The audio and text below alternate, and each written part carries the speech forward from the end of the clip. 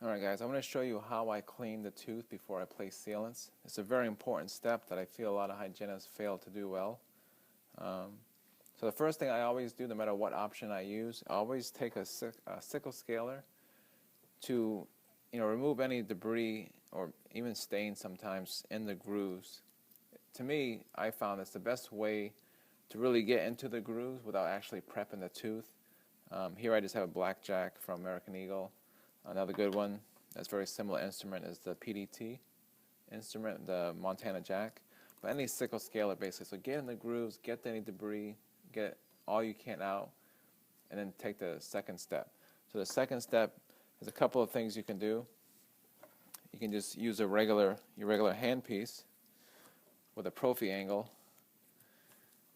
You can use prophy paste or pumice, whatever you're going to use. I know some people don't like the prophy paste when prepping for a sealant, but from my experience, it hasn't affected retention at all. But the biggest thing is you want to get into the grooves at every single angle you can, and basically take your time.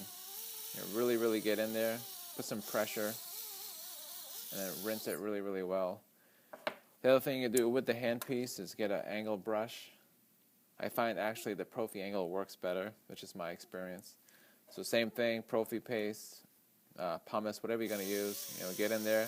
Again, take your time, let it work, and then rinse it really well. And then, all right, so that's number 2.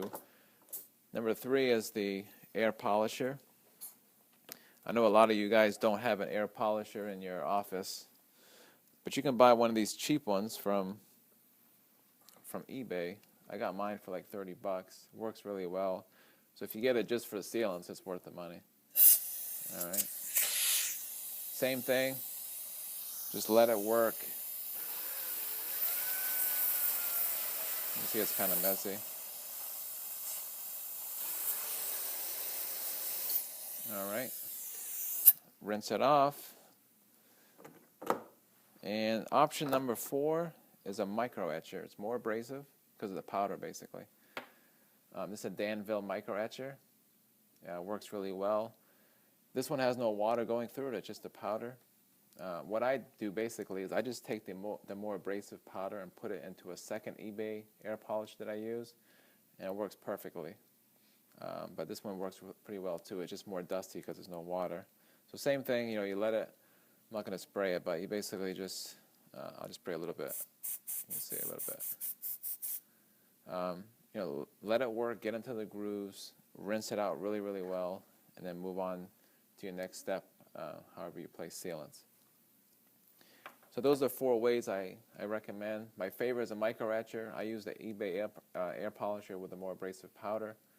If you guys have any questions, let me know. Post on the video.